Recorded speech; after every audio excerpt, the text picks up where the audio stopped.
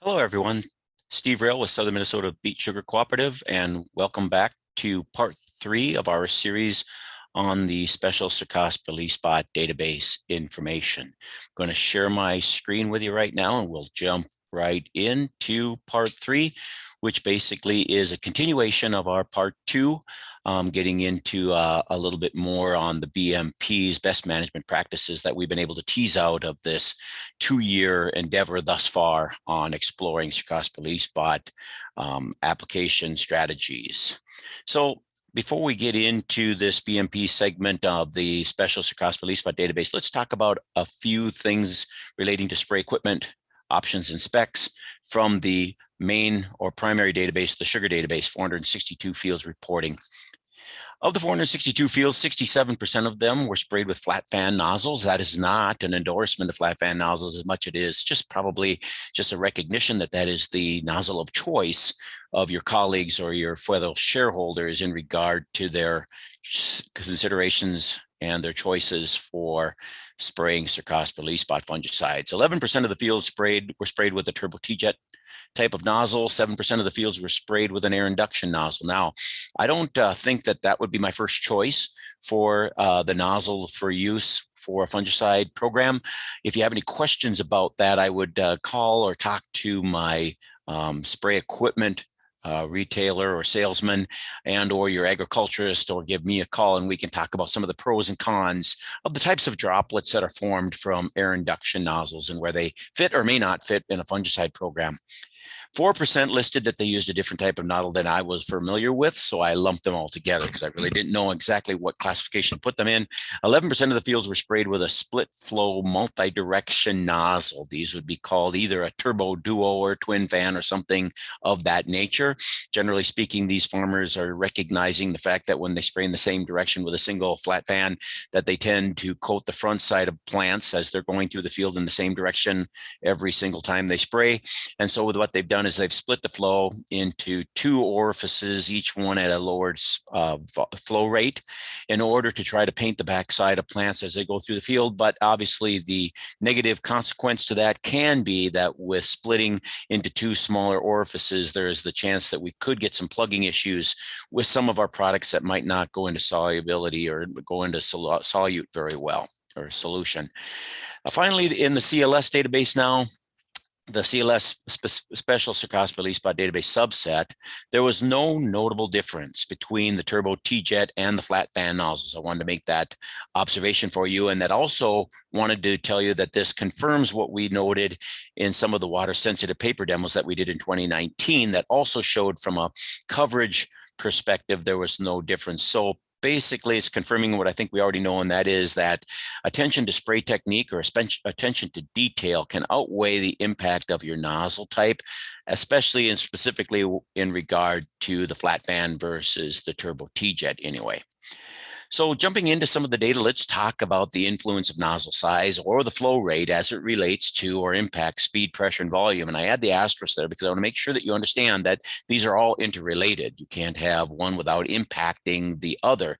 So when we talk about a particular flow rate, what we're actually doing is talking about the conditions or the factors involved with the speed, the pressure, and the volume that you were using that allowed you to use a 0.6 gallon per minute flow rate nozzle. So if we take a look at this data, we have a Cercospora spot rating again from low infection on the bottom to higher infection at the top, and with increasing flow rate at the bottom in gallons per minute. I do want to note that I added the pulse width modulation as a separate entity over here because they have different variations of the nozzle types. And so I just kind of lumped them in there so you could see how they sit in with the rest.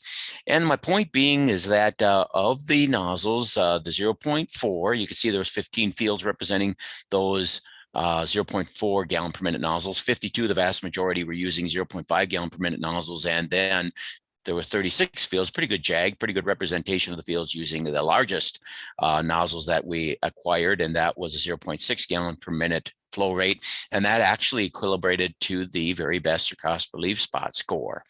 We're not exactly certain why the 0.5 tended to have the lowest or the worst cost per leaf spot score, but remember, it is all the factors involved with the 0.5 that relate to the speed, pressure, and volume. So there's probably a lot of things going on in regard to those fields. But I do want to bring in some additional information. If we were to look at the extractable sucrose per acre on those same special shareholder cost per leaf spot fields, you'll also note that the 0.6 gallons per minute did equate to or correlate to the highest extractable sucrose per acre as well.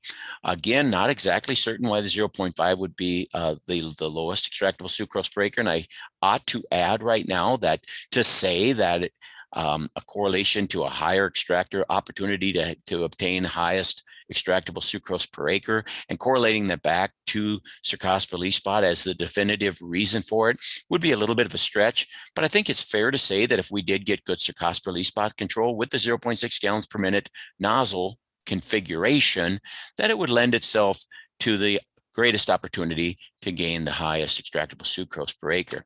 Looking at extractable sucrose per ton, the trend is pretty solid. Again, the theme is that the 0.6 or the factors involved in speed, pressure, and volume that allow you to use a 0.6 gallon per minute nozzle provided you the greatest opportunity to get highest quality beats as well.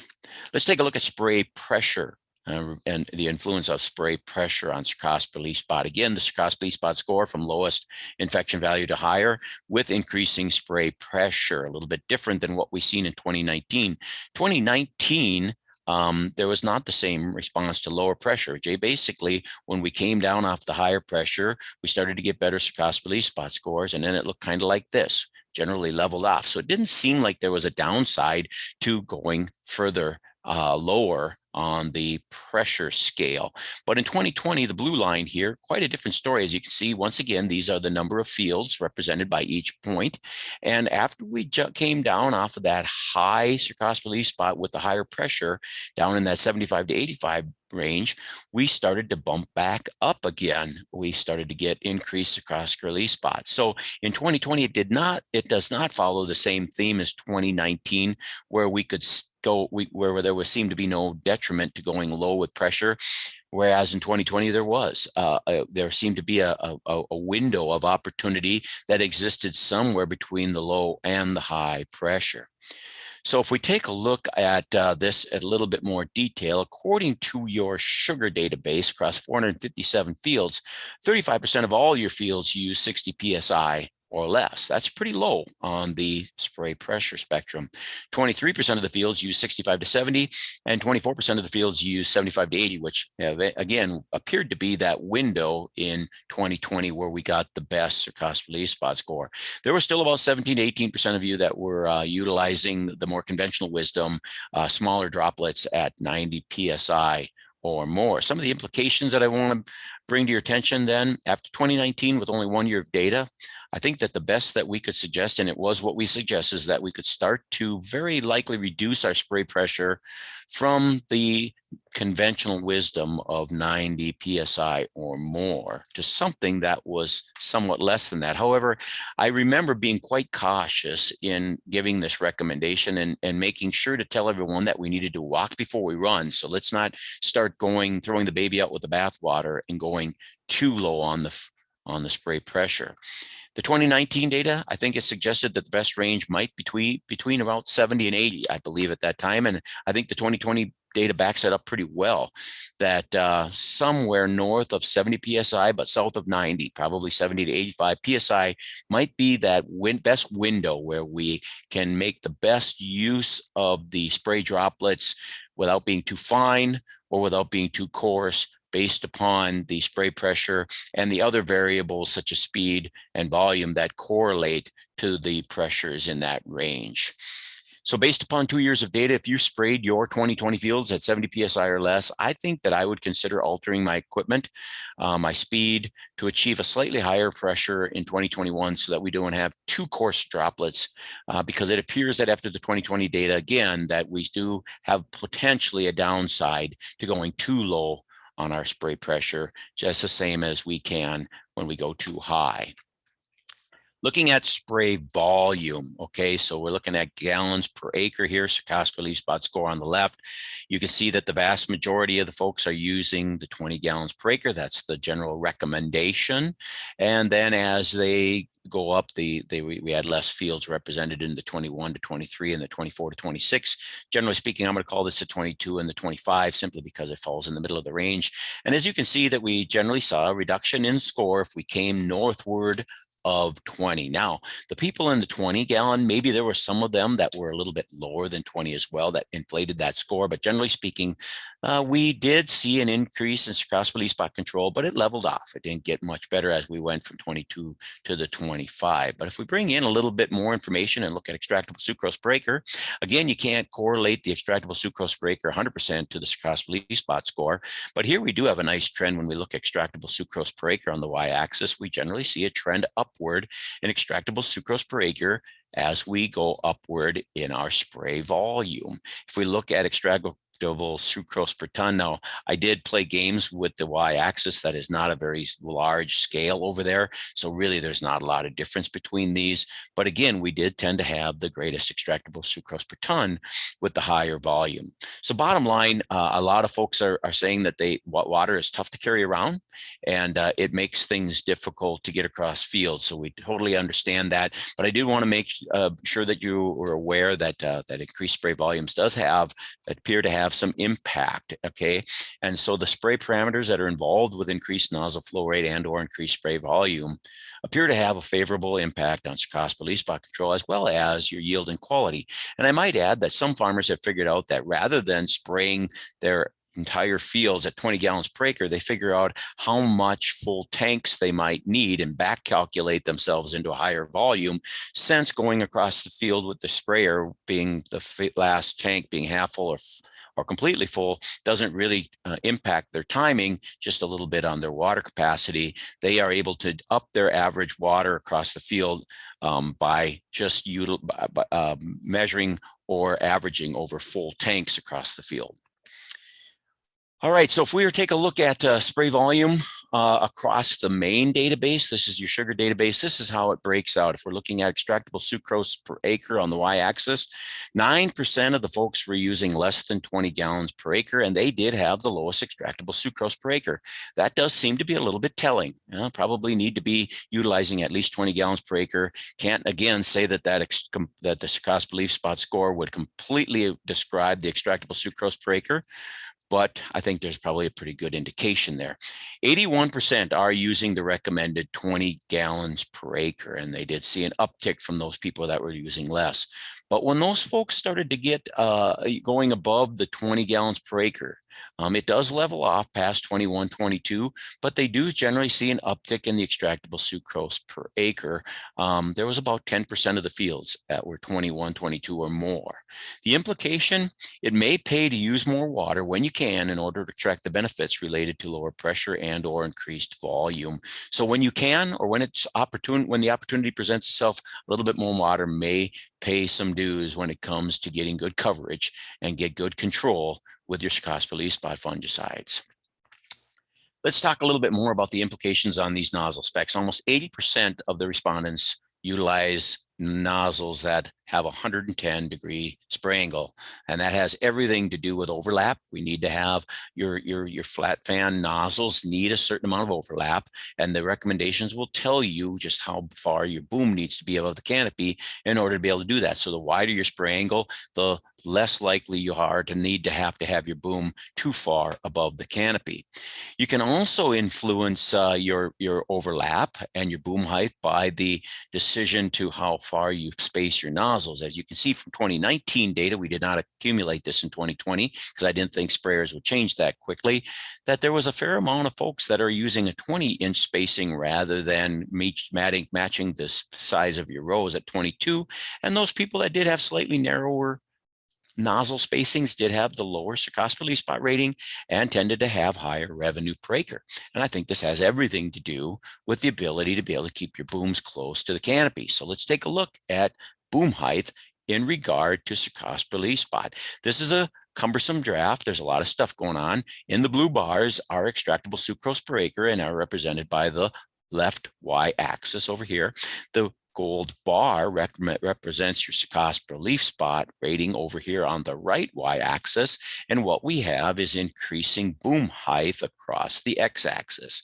As you can see, those people that were utilizing a very high boom height, probably because they had nozzles that didn't allow them, or maybe they just didn't know what their nozzles band overlap was supposed to be, those folks generally suffered in the extractable sucrose, but had by far the worst Cercospora leaf spot rating.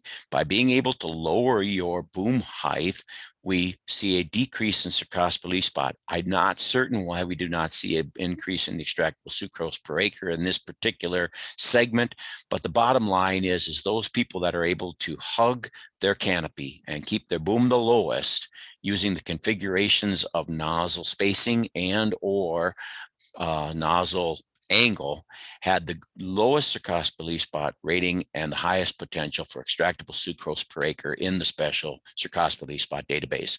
So keep that all in mind when you're choosing your nozzle angle and your nozzle spacing, that anything that you can do to get your boom closer to the canopy is going to assist you to make sure more droplets reach their destination. In the sugar, there were 41% of the folks were spraying at 20-inch boom height or less. There were 31% that were spraying between the 21 to 24, and then still at 28%. And these are the folks that probably we need to concentrate on. You need to figure out ways to adjust your setup, your logistics, in order to be able to get that boom a little bit lower. Speaks to the use of that wider angle spray, of course, and that narrower nozzle spacing.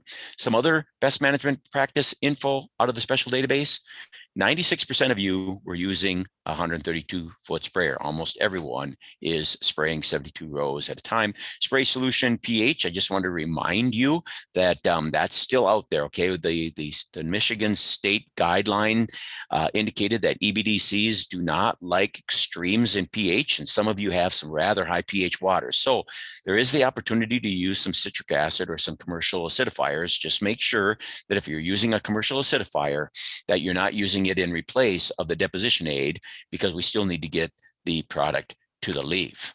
Water temperature, okay, we did not look at that in 2020, but the 2019 data, I just want to indicate that there was a general trend for lower Cercospora leaf spot scores, better control if we used water that was allowed to be able to be warmed up a little bit, okay? Spray direction. Again, we talked about some folks are using multi-direction nozzles. We do need to understand that going in the same direction every time, it is a little bit hard for a single nozzle apparatus to be able to get the backside of the leaf. It's just something we need to recognize. I'm not saying that it's anything that we can do about it. Most folks say they would not consider going backwards on every other application to a particular field.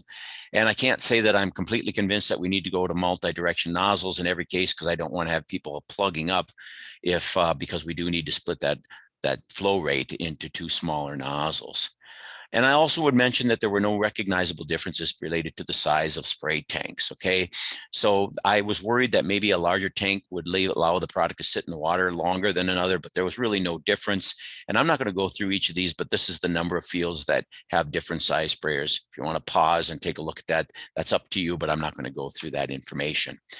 I do want to spend a little bit of time again reminding you of the importance of sprayer calibration. And what I have is a farmer that helped me, a cooperator that did do some calibration and shared some of his information. This happens to be the spot on sprayer calibrator. Makes things pretty easy. You walk along your boom as it's running with water, and it fills it up at a certain speed, and it'll give you a flow rate, and you're able to determine just how fast you're filling it, and then compare that against the other nozzles across your boom. And what this particular farmer told me was that on average, his sprayer was applying exactly what it was supposed to. Otherwise, without doing a calibration, he would have felt like he was doing just fine. But then upon examining the nozzles during this whole calibration exercise, he found that approximately 10% of his nozzles were outside his acceptable parameters on the high side, and there was approximately the same amount of nozzles that were outside of his parameters on the low side. So that means, and he fully recognized that he was over applying and under applying in the same spots consistently in his boom across all of his applications had he not done the calibration and figured this out. All in all, he ended up replacing about 12 of his 72 nozzles across his boom because they were outside of the recommended 10% of the mean. And he felt much more confident going across the field, knowing that he was not creating any strips in his field from areas in the boom that were not providing the adequate or total coverage that they were supposed to be doing because they were out of specs. So let's do a little bit of a summary for part 3 and finish up this segment. The spray factors that are related to the use of larger nozzle orifice sizes, such as spray volume, spray pressure, and sprayer speed, have a substantial beneficial influence on sarcopsis spot control, relating to increases in the root yield and quality. The general recommendation over the past 2 years has been to slowly start to reduce spray pressure from the greater than 90 psi that we had been living under in the conventional wisdom recommendation that had been in place for many, many years prior to that.